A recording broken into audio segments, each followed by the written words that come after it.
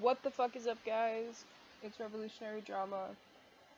I'm a little late with today's upload, and that's just because I was actually pretty busy today, slept in a little bit, but it's here. And what I'm going to talk about today is something that I've seen quite a few people cover already, but I thought, always have to add my own 2 cents. But specifically, I saw, I think the Glare, or whatever her name is, cover this, and I didn't really agree with her at all, and I stated so on her video, and got called a racist. But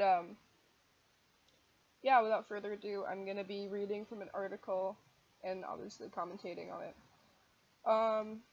And the article is by NBC News, and you guys have probably heard about this, but basically, L'Oreal, specifically, L'Oreal UK hired a trans woman of color to be one of their model spokespeople, whatever. And she was dropped for basically making a long Facebook post about how all white people are racist. So, without further ado, I'm going to start reading it. So, transgender model Monroe Bergdorf made history earlier this week when it was announced that she would be the face of a L'Oreal UK campaign. But after attention was called to her Facebook post on racism following the events in Charlottesville, Virginia, the cosmetics corporation decided to let her go.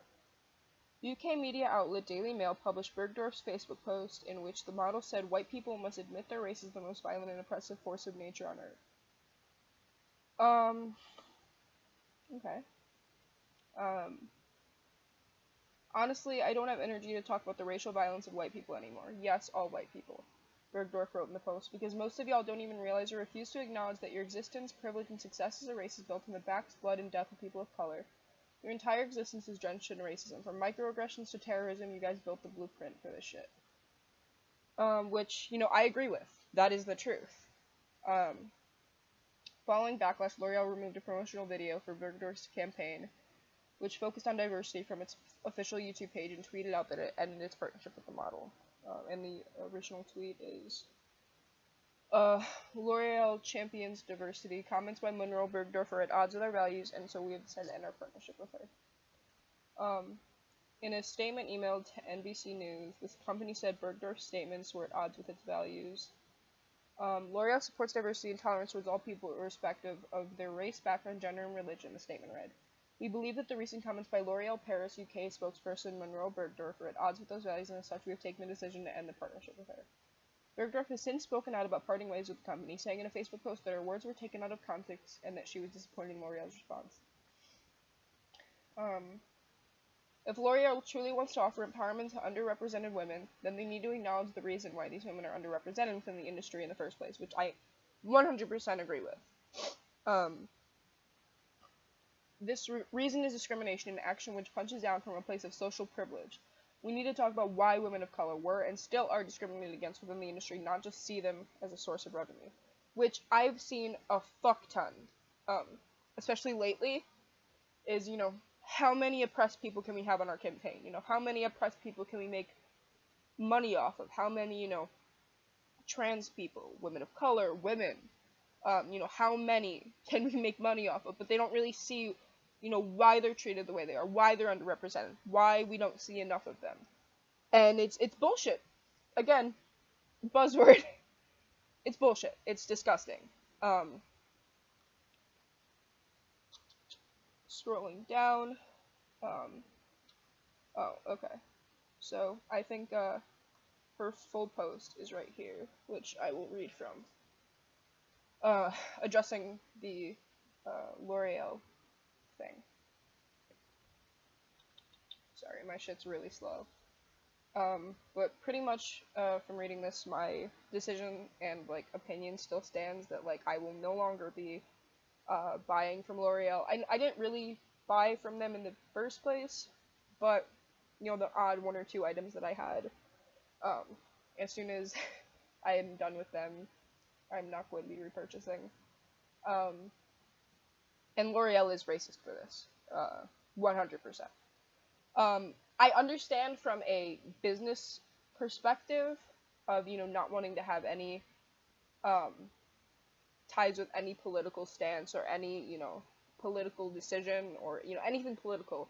I get that in a capitalistic society, to make your business thrive, you don't want it to really align with many things. And the things that you do want to align with, you have to be very careful about in order to still make money.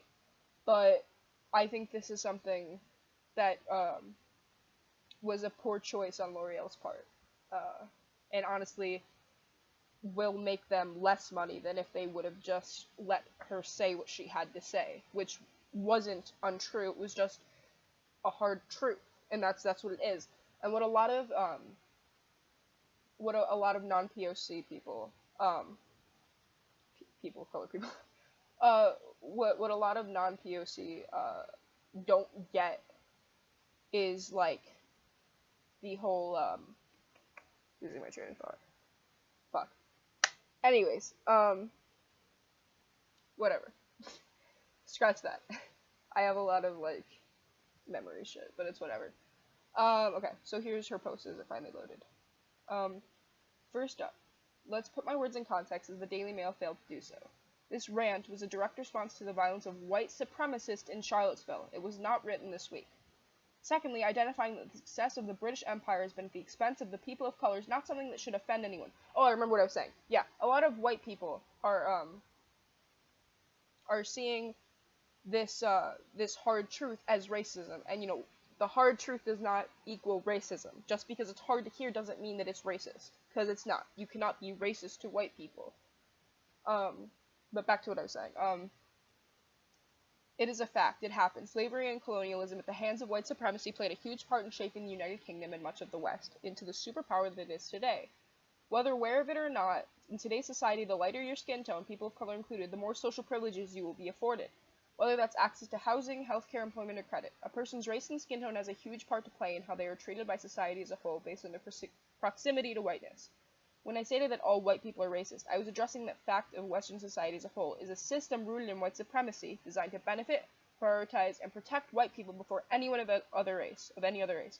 Unknowingly, white people are socialized to be racist from birth onwards. It is not something genetic. No one is born racist, which I agree with 100%.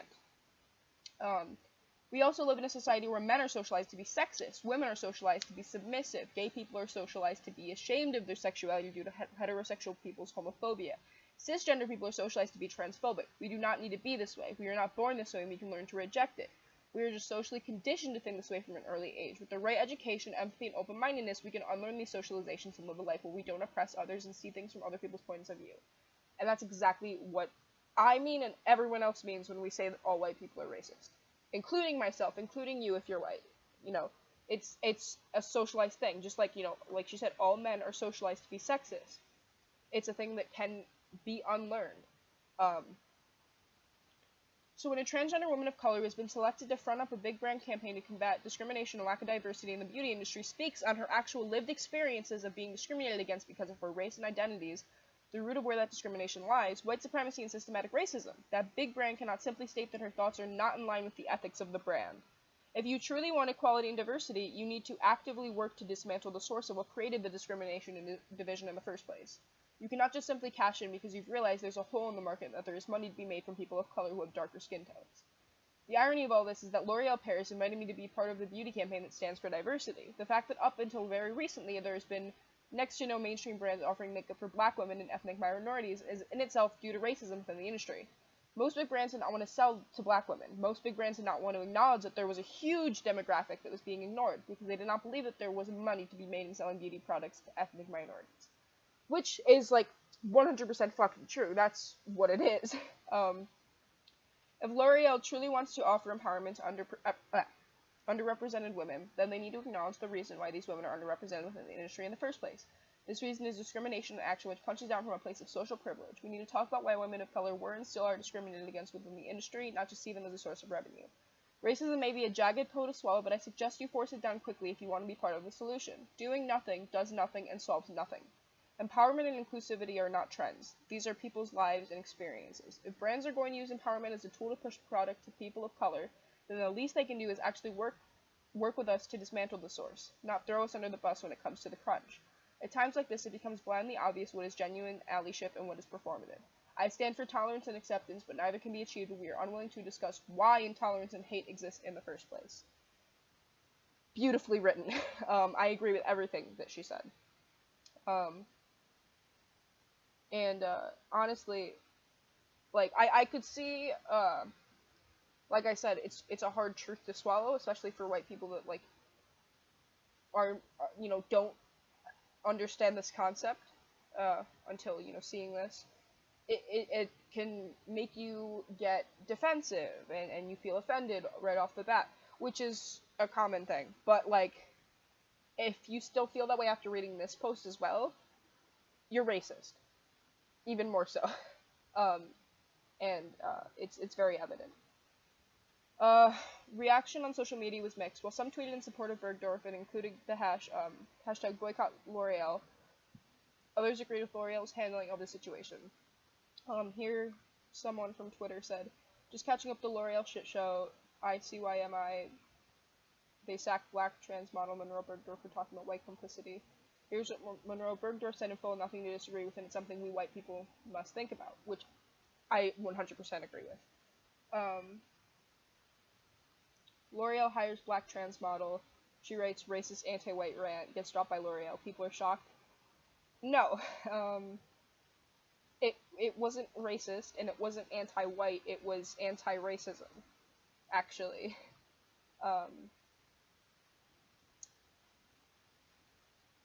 And, sorry, my shit's really slow.